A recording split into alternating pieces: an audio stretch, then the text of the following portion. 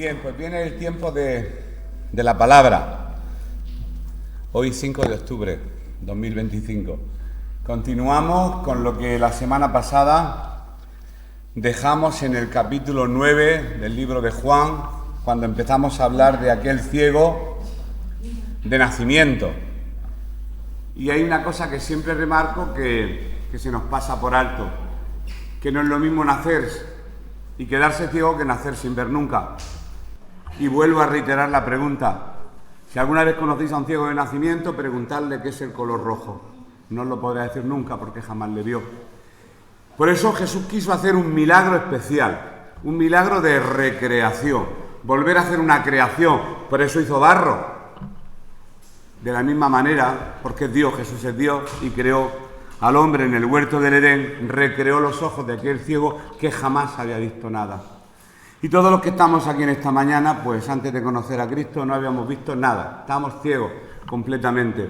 Y si tuviéramos que hacer un breve resumen, y ahora vamos a presentar la palabra, ¿qué dijimos la semana pasada? Pues eso, que Jesús toma la iniciativa como siempre. Nosotros le amamos a Él porque Él nos amó primero. Tomó la iniciativa, se acerca al ciego y no se acerca ni el lunes, ni el martes, ni el miércoles, se acerca en Shabbat. Y además lo hace acaso hecho, un día de reposo. Y eso creó mucha controversia en los vecinos, en los fariseos, como siempre, los mejores conocedores de la palabra, siempre son los que más problemas dan. Y hasta sus padres son interrogados. Y ahí fue donde lo dejamos recibiendo una breve enseñanza al respecto. Hoy vamos a enganchar la lectura, la dejamos en el versículo 12 del capítulo 9, y hoy vamos a continuar por el versículo 13. Vimos del 1 al 12 y hoy continuamos. No digo hasta dónde porque como no lo sé, vamos a empezar viendo del 13 al 16 y después continuamos hacia adelante. Querido Dios, queremos darte muchas gracias en esta mañana por tu bendita palabra, Señor. Esa palabra, Señor, que penetra en lo más profundo de nuestro corazón y saca la porquería, saca aquello que a ti no te agrada, Señor, nos limpia. Señor, esa palabra, Señor, fresca, viva y eficaz, Señor, esa espada que tiene un efecto, Señor, de poder santificar, de poder traer salud, sanidad a nuestras vidas, de exhortarnos, levantarnos. Gracias por tu hermosa, por tu bendita palabra, Señor. Queremos enamorarnos de ella y no solamente ser oidores, Señor, sino también poder ponerla por obra. Señor, te damos muchas gracias porque podemos sumergirnos en ella. Señor, ayúdanos, Señor, a entenderla, a comprenderla, que sea tu Espíritu Santo. Nosotros simplemente somos instrumentos en tus manos. Gracias te damos por esta palabra en esta mañana. Que toque, que cale lo más profundo de nuestras vidas y que no salgamos como hemos entrado. Señor, que transforme, sacude nuestras vidas, Señor. Queremos seguir creciendo en santidad y un día poder llegar delante de tu presencia, Señor. Gracias te damos por este hermoso tiempo, en el bendito nombre de tu Hijo amado Jesucristo. Amén. Comenzamos en el 13, dice así la palabra: llevaron ante los fariseos al que había sido ciego, y era día de reposo cuando Jesús había hecho el lodo, y le había abierto los ojos. Volvieron pues a preguntarle también los fariseos cómo había recibido la vista. Él les dijo: me puso lodo sobre los ojos y me lavé y veo. Entonces algunos de los fariseos decían: ese hombre no procede de Dios porque no guarda el día de reposo. Otros decían: ¿cómo puede un hombre pecador hacer estas señales? Y había disensión entre ellos. Y sigue habiendo disensión en el día de hoy, porque hoy va a ser predicada su palabra. Y habrán personas que crean en Jesús y personas que no crean en Jesús. Eso se va a repetir siempre hasta que el Señor venga por su pueblo.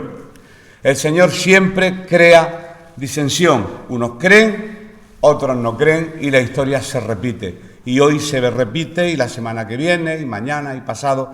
Y siempre que la palabra se lanza hace su efecto, pero no todo el mundo cree. Por eso dice aquí que había disensión entre ellos. Jesús toma la iniciativa. Y podría haberlo hecho, como he dicho, cualquier día de la semana, porque sabía dónde se ponía este ciego, dónde estaba. Pero él quería provocar, pero provocar con maldad o quizá darle una lección a los fariseos de la época. Y entonces se acerca precisamente el día de reposo, porque él quiere desafiar las absurdas, las ridículas tradiciones de los líderes religiosos. Quiere ridiculizarlas. El hombre cita en sábado, ¿Pero qué se ha hecho? ¿El sábado para el hombre o el hombre para el sábado? Si yo soy Dios, si yo soy quien ha creado el día de reposo, ¿me vais a decir a mí qué día tengo yo que curar a quién? Era para invalidar las tradiciones, y eso cuesta verlo. Cuando uno está muy atado a las tradiciones es muy difícil verlo. Por eso Cristo vino a deshacer las obras del diablo, porque hay muchos tipos de ataduras, y la atadura de la tradición también es una atadura que el Señor quiere romper en nuestros corazones, porque, como hemos cantado, somos libres. Él nos ha hecho libres para danzar, para cantar, nos ha hecho libres, somos libres en el nombre de Jesús.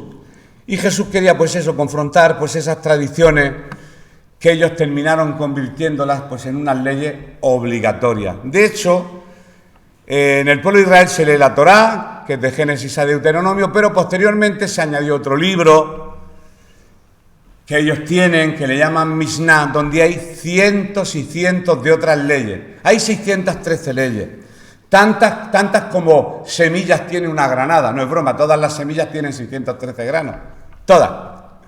Cuéntala, dice, y la más pequeña habrá 612, no. En la más pequeña hay 613, pero las semillas son más pequeñas. Yo nunca las he contado, pero eso dice la ciencia. Voy a leer algo. El ser humano había sido creado precisamente en ese día y había sido hecho del barro de la tierra. Y aquí Jesús lo que hace es conjugar estos dos términos: la tradición, el Shabbat y el barro. Conjuga las dos cosas. Lo del barro ya lo vimos la semana pasada, porque con barro le sana. Y parece que le está diciendo: yo soy el creador y voy a restaurar esta vasija de barro, este hombre ciego de nacimiento, porque esta vasija está rota, le falta algo, le falta un órgano, no ve. Le voy a dar luz porque yo soy la luz del mundo. Y aquí voy a hacer una comparativa entre la luz natural y la luz espiritual, que estáis ciegos, conocéis mucho las Escrituras, tenéis 600 y pico de leyes, pero todavía no os habéis enterado quién es el que está delante de vosotros.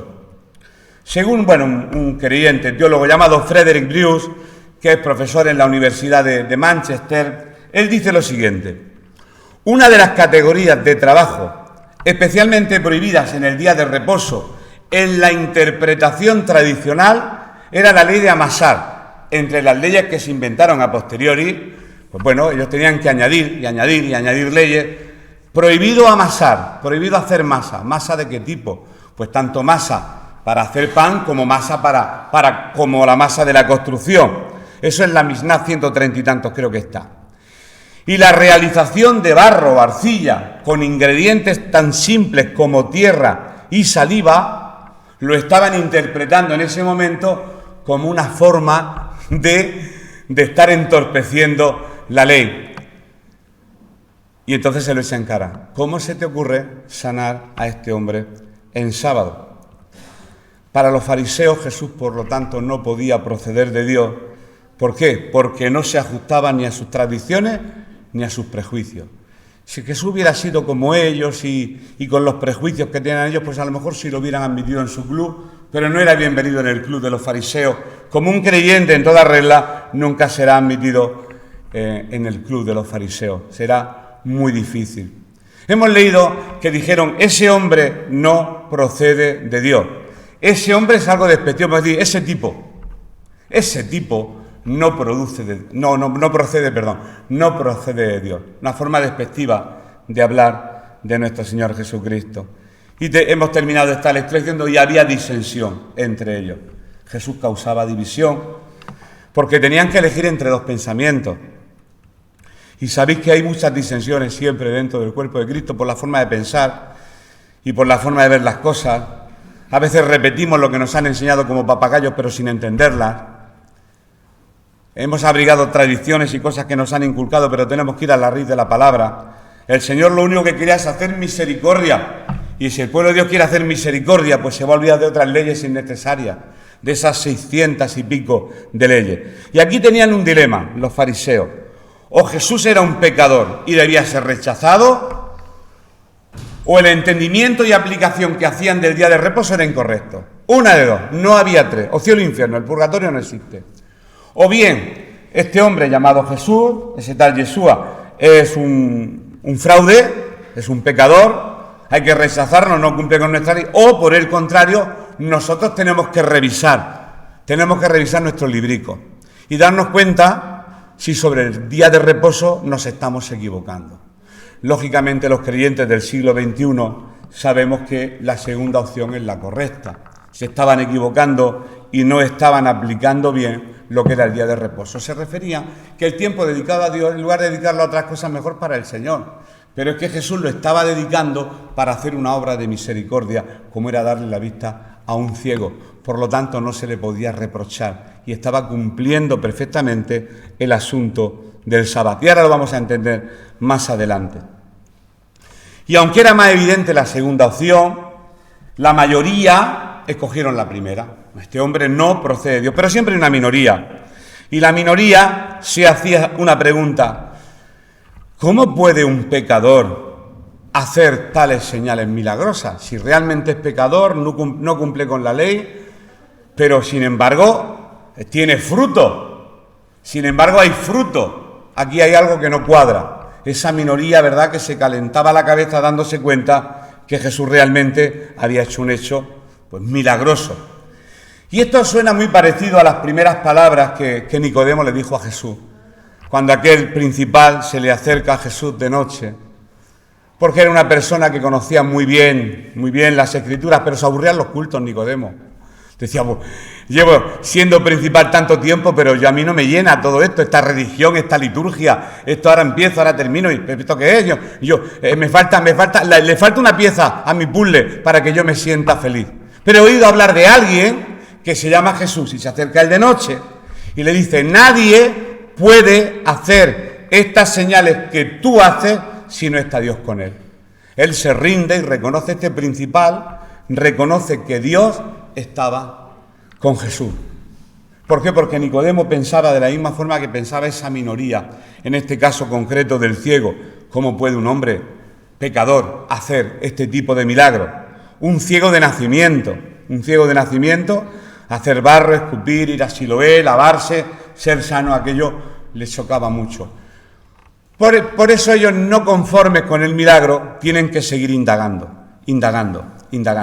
¿Y qué es lo primero que hacen? Empieza un interrogatorio feroz, repetitivo. Esas preguntas que se suele hacer cuando detienen a alguien, esa contradictoria, a ver si te pillo, como las que hacen en algunos aeropuertos, la pregunta, la contrarrespuesta a la otra, a ver si te pillan en algún renuncio, como se dice. Y eso hacen los líderes religiosos, se acercan al ciego y empiezan a preguntarle. En el 17 y el 18. Entonces volvieron a decirle al ciego, ¿qué dices tú del que te abrió los ojos? Y él dijo, ¿qué profeta? Pero los judíos no creían que él había sido ciego y que había recibido la vista, hasta que llamaron a los padres del que había recibido la vista. Le hacen una pregunta muy concreta. Él no sabía nada. Él solamente sabía que se llamaba Jesús, no sabía mucho más. El pobre hombre no sabía nada. De hecho, cuando recibe la vista, Jesús no estaba presente. Jesús lo manda al estanque de Siloé, que era el agua que venía del túnel de Ezequías. Los que habéis ido a Israel lo sabemos ya, ¿verdad? Por el túnel de Ezequías hasta el estanque de Siloé. Y ahí es donde se produce este milagro, pero Jesús no estaba con él, estaba solo. El ciego estaba solo. Cuando recibe la vista, no sabía nada de él. Solamente su nombre. Se llama Jesús. Y cuando le interrogan, pues responde siendo fiel a la realidad. Pues un hombre llamado Jesús se acercó, hizo barro, me lo echó en los ojos, me mandó al estanque, me lavé y veo. Ya está. Esa era la historia que podía contar. Ese era el corto testimonio que podía dar de este hombre del milagro que Jesús había hecho en su vida. Pero claro, la mayoría de estos religiosos ya tenían un prejuicio y ya se habían hecho una idea sobre Jesús diciendo, este no es Dios. Sin embargo, algunos no estaban de acuerdo, lo hemos leído en el versículo 16, que había disensión entre ellos. Entonces, ¿qué hicieron? Bueno, pues vamos a pedirle al hombre que había nacido ciego, según él y según la gente, a ver qué opina de ese tal Jesús. Y tiene una respuesta. El ciego le respondió, después de preguntarle, ¿y tú qué piensas del hombre que te ha sanado? ¿Qué es profeta? No tenía otra respuesta, ¿qué es profeta? Claro, a los profetas los respetaban mucho. Según la tradición de ellos, un profeta podía incluso saltarse el día de reposo según este segundo libro. Cuando yo hable del primer libro de la ley me referiré siempre a la Torá, Génesis, Deuteronomio. Cuando hablo del segundo libro me referiré a lo que ellos añadieron porque se les antojó y les dio la real gana. Jesús no le dijo específicamente al ciego, mira, acabo de hacer barro y acabo de escupir, vete al estanque porque te voy a sanar. En ningún momento le dijo, vas a ser sano. Pero me imagino que el ciego entendió que si se había tomado la molestia de hacer barro, de escupir, de echárselo en los ojos, de mandarle a un estanque que se lavara, él dijo, pues voy a probar suerte. Y puso un poquito de fe. Y fue y obedeció. Pero implícitamente en la acción de este ciego, se entendía que Jesús quería hacer algo con él. Y este hombre pues obedeció. No tenía nada que perder. De hecho seguía ciego. Aunque Jesús no estuvo presente, como he dicho, cuando el hombre recuperó la vista, uno podría decir que Jesús profetizó que recuperaría la vista si hacía lo que Jesús le dijo que hiciera. Pero eso ya, como he dicho, estaba implícito en el mensaje. Nunca le dijo, y si haces estas cosas, sanarás. El hombre lo creyó, aunque Jesús nunca se lo prometió. ¿Dónde vimos que este hombre sabía que se llamaba Jesús? Pues la semana pasada, en el penúltimo versículo, Juan 9:11, lo dice precisamente.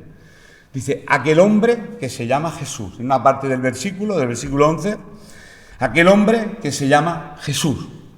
Así que lo que sabía el ciego era su nombre, y ahora aquí ya tiene un segundo calificativo para este hombre. Pues que es profeta. Pues porque cuando ha hecho esta sanidad conmigo, pues tiene que ser un profeta de Dios. Los profetas Isaías, Jeremías, etc., ¿verdad? Aquellos hacían milagros. Y él añade que era profeta. Así que el ex ciego fue creciendo con respecto al conocimiento del que le había sanado. Ya sabía dos cosas muy importantes. Nosotros, después del tiempo que llevamos en el Señor, ya sabemos 3 cosas, ¿no? 4. Me imagino que cada día vamos añadiendo conocimiento y experiencia, ¿no? En la vida cristiana. La experiencia que tenía, porque esto había transcurrido un par de horas y ya sabía 2 cosas. Cómo se llamaba el que le había sanado y, como mínimo, que sería un profeta. Había una máxima judía en el segundo libro por la cual un profeta podía prescindir de la observación del día de reposo. Porque, claro, entendía, si es un profeta, el profeta sí puede sanar el día de reposo, porque como Dios le ha dado un don especial, entonces al decir el ciego es profeta, lo que le estaba era quitando culpa a Jesús. Y le estaba dando a entender a aquellos fariseos que quizás, bueno, pues si es profeta, entonces es inocente. No ha roto ninguna norma, no ha roto ninguna regla, no ha roto ninguna tradición judía. Por lo tanto, si realmente es profeta, como tú dices, pues puede ser que se salve. ¿Que se salve de qué? Pero los judíos, hemos leído, no creían que él había sido ciego y que había recibido la vista. Es que es muy difícil. Claro, nosotros lo vemos siempre, todo lo que leemos a años vista, pero si nos venimos al siglo XXI y tú tienes un vecino que es ciego de nacimiento y de golpe porrazo ve y te dicen que tal, ¿cómo te lo va a creer? Será otro, será su hermano gemelo, ¿este cómo va a ser? Y empezamos lógicamente a decir que no puede ser, que aquí hay algo, aquí hay gato encerrado. Y los líderes religiosos querían encontrar ese gato encerrado. ¿Y qué es lo que hacen? Pues empiezan a interrogarle de nuevo, interrogar a sus padres, llaman a los padres. Ahora lo vamos a leer más adelante. Mirad, era más sencillo para estos líderes religiosos creer que el hombre nunca había sido ciego que creer que Jesús le había sanado. Y para mí también. Para la carne es más sencillo creer. Es más sencillo creer que ese hombre nunca ha sido ciego que un hombre pueda haber sanado a un ciego de nacimiento. Claro, estoy hablando con creyentes que dicen, sí, hermano, porque Cristo tiene poder para sanar. Ya, si yo lo creo. Yo no digo que no lo crea, pero que era muy difícil de creerlo. Porque claro, el Jesús en el que nosotros pensamos ahora no era el Jesús que estaba delante de ellos. Un hombre con nombre y apellido, con un papá, con una mamá, con un trabajo, con una dirección. En Nazaret, el nombre de la calle, el número, allí vivía, una carpintería. Vamos, que una persona a la que conocían pudiera hacer un milagro de tal calibre, eso no sé lo que podía creer absolutamente nadie. Un predicador dijo al respecto, incapaces de explicar este fenómeno sin precedentes, de un hombre nacido ciego, siendo capaz de ver, no admitirían lo que realmente había sucedido. Y acto seguido, los fariseos marchan a interrogar a los padres del ciego. Primero los vecinos, después interrogan al mismo ciego y ahora van a por los padres. Quieren llegar hasta el fondo de la cuestión, porque no les encaja. Es imposible. Es un milagro muy difícil, porque normalmente, enteraros, hay gente que se queda ciega en un proceso de vida, gente que nace con malformaciones congénitas de la vista. Otros se atreven, bueno, yo he leído mucho de muchas versiones de este tema, de que lo que no tenía eran los ¿cómo se llama? La bola esa del ojo dentro. Había nacido sin. Por eso Jesús hace una obra de recreación, vuelve a crear donde no hay. La creación ex nihilo quiere decir crear de la nada. De la nada Dios lo hizo todo, sin ingredientes. Hacer una paella es muy difícil, siempre lo digo. Y Dios sin ingredientes dijo sea, y con el poder de la palabra todo fue hecho. Y en este caso dicen que con el barro hizo unos ojos nuevos. Bueno, no importa si fue así, de esta manera o de esta otra, el caso es que el milagro se produjo. Pero no para que el hombre viera, porque después la realidad de este hombre que 60, 70 años después se tenía que morir y presentar delante de Dios. Es como lo de Lázaro. Jesús resucita a Lázaro, sí, pero se volvió a morir, se muere 2 veces. A veces vamos buscando el milagro, la sensación, aleluya. Y bueno, pero si después se tiene que morir, si la realidad. Por eso el Señor nunca decía, eres sanado, sino tus pecados te son perdonados. Le importaba más la salvación que la sanidad. Es que no queremos, claro que queremos en la sanidad y oramos por los enfermos, lo hacemos todos los días en nuestra casa y los jueves aquí con mucho ahínco los hermanos vienen y oran por los enfermos y Dios trae sanidad y si al que se quiere llevar se lo lleva, porque al final siempre se hace su voluntad. Vamos a ver lo que ocurre ahora cuando estos fariseos interrogan a los padres del ciego. Continuamos los versículos del 19 hasta el 23. Dice así: les preguntaron diciendo a sus padres, ¿es este vuestro hijo, el que vosotros decís que nació ciego? ¿Cómo pues ve ahora? Sus padres respondieron y les dijeron, sabemos que este es nuestro hijo y que nació ciego. Pero como ve ahora, no lo sabemos. A quien le haya abierto los ojos o quien le haya abierto los ojos, nosotros tampoco lo sabemos. Edad tiene, es mayorcito. Preguntadle a él, él hablará por sí mismo. Esto dijeron sus padres porque tenían miedo de los judíos, por cuanto los judíos se habían acordado que si alguno confesare que Jesús era el Mesías, fuera expulsado de la sinagoga. Por eso dijeron sus padres, edad tiene, pregúntale a él. Vulgarmente se quitaron el mochuelo de encima, se quitaron el marrón de encima. Es mayorcito, preguntarle a él y que los explique cómo ha sido sano. Tenían miedo de decir, bueno, pues si lo ha sanado será el Mesías que estáis esperando. Si hubieran dicho eso, hubieran sido expulsados de la sinagoga. Y eso de ser expulsado, vamos a ver cómo era la expulsión. Hemos oído hablar mucho de excomuniones. Este hombre está excomulgado.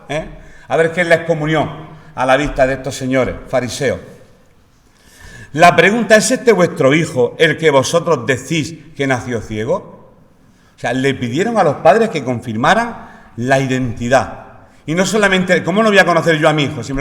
No sé la edad que tendría el ciego, 25, 30, 35, ni idea. ¿Cómo no voy a conocer a mi hijo? ¿Y cómo no voy a saber yo su padre o su madre que realmente nació ciego? Pues claro, y lo confirmaron. Pero ellos querían seguir indagando. ¿Y qué decir? Estaban esperando que los padres metieran la pata y que dijeran una burrada, porque querían pescarlos en algo. Le pidieron a los padres que confirmaran que el hombre realmente había nacido ciego, Y los padres, pues lo confirmaron, sí nació ciego. Pero lo que no dijo cómo y de qué forma ha sido sano, ahí ya los padres no se quisieron meter. Que era su hijo, sí, que había nacido ciego también, pero si realmente quién había hecho la sanidad, ahí no se querían meter para nada. Bien, el tono de la pregunta, de la forma en que le preguntan a los padres, implica que se preguntaban si los padres también eran parte de esa conspiración. Pensaban que todo era un montaje. Era un montaje y los padres estaban metidos en el montaje. Por eso tuvieron que ser interrogados en un juicio. Sabéis que hay partes, el acusado, los testigos, y se les estaba haciendo un juicio en toda regla. y querían ver si los padres estaban implicados en algún asunto de conspiración imaginaria. Pero los padres respondieron la verdad. Sabemos que es nuestro hijo y además sabemos que nació del todo ciego. Pero, como ve ahora, no lo sabemos. O quien le haya abierto los ojos, nosotros tampoco lo sabemos. No tenemos ni idea. No sabemos. Los padres podían identificar a su hijo. Es nuestro hijo, nació ciego, pero no tenemos ni idea de lo que ha pasado. Sí, vemos que ve, pero no sabemos lo que ha ocurrido. No sabemos lo que ha sucedido. Tenían miedo a la excomunión. Y la excomunión no es como ahora, veo, me salgo de una iglesia, me meto en otra y no pasa nada, me reciben, no llaman a nadie. Si ahora podemos volar de iglesia en iglesia, pero era distinto. Ser excomulgado en un ámbito de ese tipo era que no iban a tu tienda a comprar, eran que te excluían de la sociedad, era que eras completamente rechazado. Ser excomulgado tenía unas consecuencias sociales muy grandes. Por lo tanto, había pánico a ser excomulgado, lógicamente, en aquel ámbito judío, por cuanto los judíos ya habían acordado que si alguno confesase que Jesús era el Mesías, fuera expulsado de la sinagoga. Según el segundo libro, ¿cómo era la práctica de excomunión en el mundo judío antiguo? 3 grados de excomunión, vamos a leerlo rápidamente.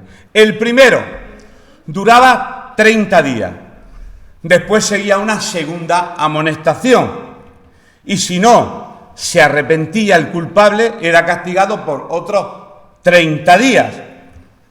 Y si aún no se arrepentía, se le aplicaba el sherem, como lo dicen ellos, o la expulsión.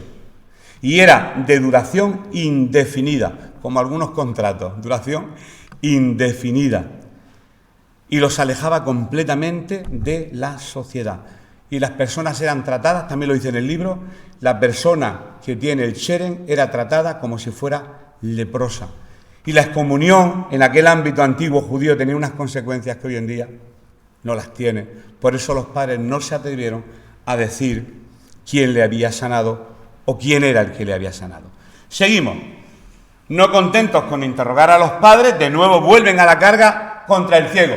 Versículo del 24 y 25. Vuelven al ciego. Dice así en los versículos 24 y 25, leemos lo siguiente.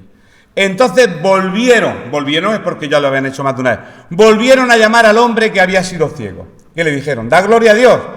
Como diciendo, ponte, afínate, porque vamos a interrogarte. Es como decir, ¿juras decir la verdad, toda la verdad? Y nada más que la verdad, sí, lo juro, lo mismo, da gloria a Dios.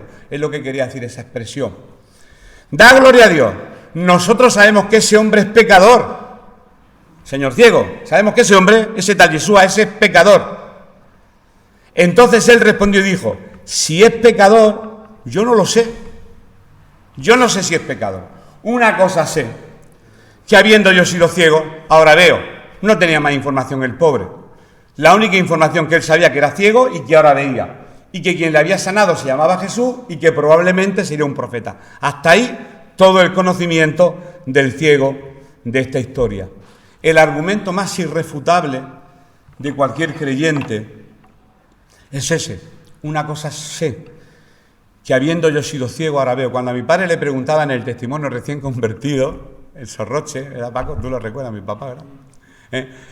Él pues decía, no sé, pues yo, venían aquí unos creyentes de la iglesia, no consumían nada y eso me daba rabia, lo echaba a la calle, venía con una Biblia bajo el brazo, empezaron a hablarme de un tal Jesús, lo que más rabia le daba era que no le consumían. Él quería que llegaran al baile y consumieran un Cuba Libre, un whisky, claro, pero los cristianos no tomaban alcohol. Vienen aquí, están todo el día hablando de Dios, me están comiendo la cabeza, pero bueno, ya os he contado 1000 veces el testimonio hasta que, bueno, reconoció a Cristo como su Señor y Salvador. Y si le hubieran preguntado al principio a mi padre, bueno, pues yo una cosa sé, que yo antes no tenía las cosas claras, era ciego, y ahora tengo claro que Jesús es mi Salvador. Ese es un argumento irrefutable. Nadie te puede refutar un argumento tan poderoso como es. De vez en cuando los cristianos se enfrentan a preguntas destinadas a avergonzarlos o a ocasionarles burla. Ahí me han preguntado cosas tan ridículas en los colegios. ¿Vosotros los protestantes celebráis la Navidad? Yo cuando me preguntan eso que me parto de risa. Y más cosas. ¿Y vosotros? O sea, ¿vosotros cómo? Hoy tiene la noticia en televisión, en no sé qué cadena decía. dice, se está produciendo un alarmante crecimiento de la Iglesia protestante en el mundo, un alarmante crecimiento, una expansión. Me imagino que se referirán, no sé, al neopentecostalismo, no sé a lo que se referirán, pero bueno, a veces nos hacen preguntas muy comprometedoras, o a lo mejor nos meten un lazo, pues ¿y tú eres cristiano? La típica acusación, el preguntarnos, es que tú no puedes escuchar chistes de este tipo, es que a ti no te dejan en tu iglesia hacerlo otro, es que esto es pecado, es que tú no puedes tomarte una cerveza, es que tú no puedes hacer no sé qué, y empiezan, y quieren avergonzarnos. Preguntan normalmente sobre algún asunto social o científico. ¿Realmente tú te crees que Dios hizo a Adán y Eva? Si todo el mundo sabe que eso fue de la evolución y que el Big Bang, yo creo en el Big Bang, claro, sea, ¡plaf!, el Big Bang. Y ahí empezó el mundo. Uno no necesita ser experto. El pueblo cristiano, no necesitamos ser expertos en todas estas cosas. Si lo eres, mejor, no pasa nada. Cuanto uno más sepa, mejor. Pero más que nada, que tengamos claro que podemos decir siempre que nos pregunten, ¿tú a qué iglesia vas? ¿La protestante? Esos que no creen en la Virgen. Si ya conocemos todos los argumentos, si ya no podemos añadir ningún argumento más, pero podemos responder este argumento irrefutable.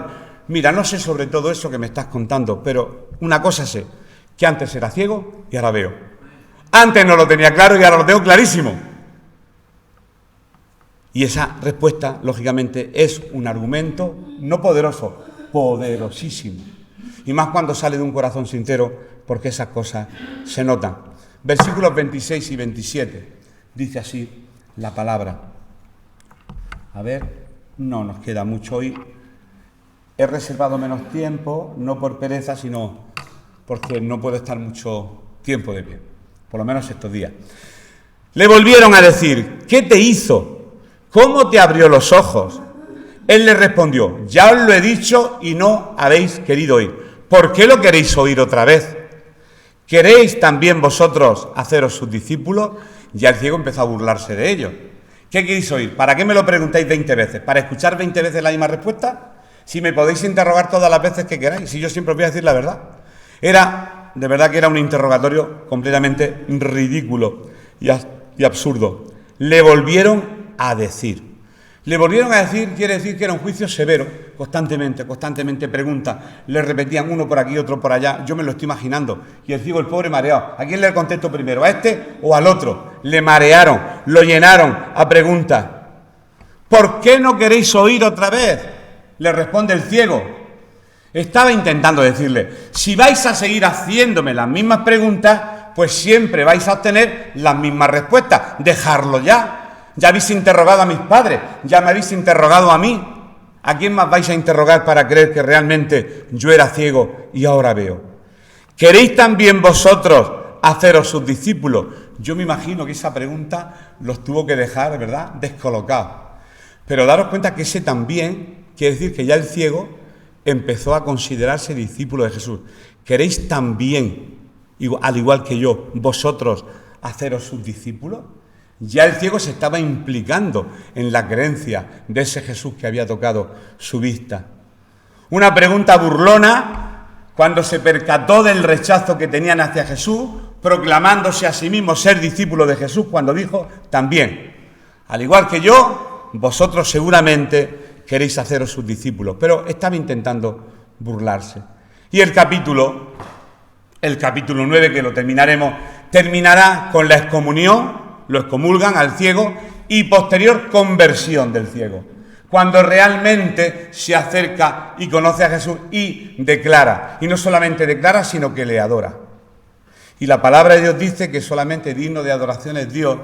Y ya sabéis que como Juan, el evangelio que estamos estudiando es el de Juan. Y Juan de lo que se encarga es constantemente hablar de la divinidad de Jesús. El yo soy el pan, yo soy la resurrección y la vida. El yo soy, que es el verbo ser, el que fue, el que es y el que sea, el nombre de Dios, el Jehová, el Yahvé, que es lo mismo, las mismas consonantes con distintas vocales, que es el verbo ser, yo soy, tú eres, él es, nosotros somos, ese es el nombre de Dios, el que es, yo soy el que soy, ese es mi nombre. Moisés corre y díselo a Faraón, que se entere cuál es mi nombre. Pues Jesús en este caso está haciendo del gran yo soy. Conclusión, vamos a sacar las conclusiones y vamos a ir terminando. En este capítulo hemos visto dos tipos de ceguera hasta la fecha. Una ceguera física y una ceguera espiritual. Otra cosa que hemos visto. Jesús es la luz del mundo, Él lo dijo, que viene a traer luz donde hay tinieblas. Vino a traer luz al ciego. Este pobre hombre nunca ha visto una puesta de sol con lo bonita que es. Nunca ha visto ese color anaranjado cuando se está poniendo el sol. Lo va a ver. Y en su misericordia le sana. Pero no solamente viene a traer luz donde hay tinieblas en un ciego, sino también en unos fariseos que se decían ser conocedores de toda la ley y estaban más ciegos que el ciego. Estaban más ciegos que el ciego. El ciego lo tenía clarísimo. Pues si yo veo, mira, y vosotros, y él venga a preguntar, interrogar, no sé a quién, interrogarían a los vecinos, es que no sé, si hubiera habido, lógicamente, algún hospital, hubieran ido al hospital, hubieran pedido el expediente médico, hubieran mirado, hubieran visto. ¿Por qué? Porque eran incapaces de rendirse delante de Jesús y reconocer que realmente Él era el Mesías, como sí lo hizo el ciego. Otra cosa que hemos aprendido hasta aquí es que cuando Jesús se acerca a una vida a traer luz, se produce un crecimiento progresivo, como fue el caso del ciego. Y me voy a adelantar a decir cómo fue este crecimiento progresivo, cómo fue, ha sido o será el crecimiento de cada uno de los que estamos aquí. Y con esto, sinceramente, vamos a terminar. El hombre que había sido ciego mostró una creciente conciencia de Jesús. Nosotros vamos tomando conciencia, somos más maduros que hace 10 años. Yo no hablo de saberos más o menos, tenemos más madurez, ¿verdad? La vida, las experiencias, los altos, los bajos emocionales, las roturas, los dolores, todo eso nos hace más maduros. Y eso le pasó a este ciego. Nosotros éramos como él. Quizás no teníamos la ceguera física, pero sí otro tipo de ceguera. ¿Qué sabía este hombre? No hace falta buscar estos textos porque voy a decir muy rápido. Que Jesús era su nombre. En el versículo 11. En el versículo 17, Jesús es un profeta. En el versículo 27, Jesús es mi maestro. Yo soy su discípulo. Lo veremos, tranquilo. Jesús viene de Dios, en el versículo 33. Jesús es el Hijo de Dios, en el versículo 35 al 38. Jesús es en quien yo confío, en el versículo 38 también. Y Jesús es a quien yo adoro, en el versículo 38.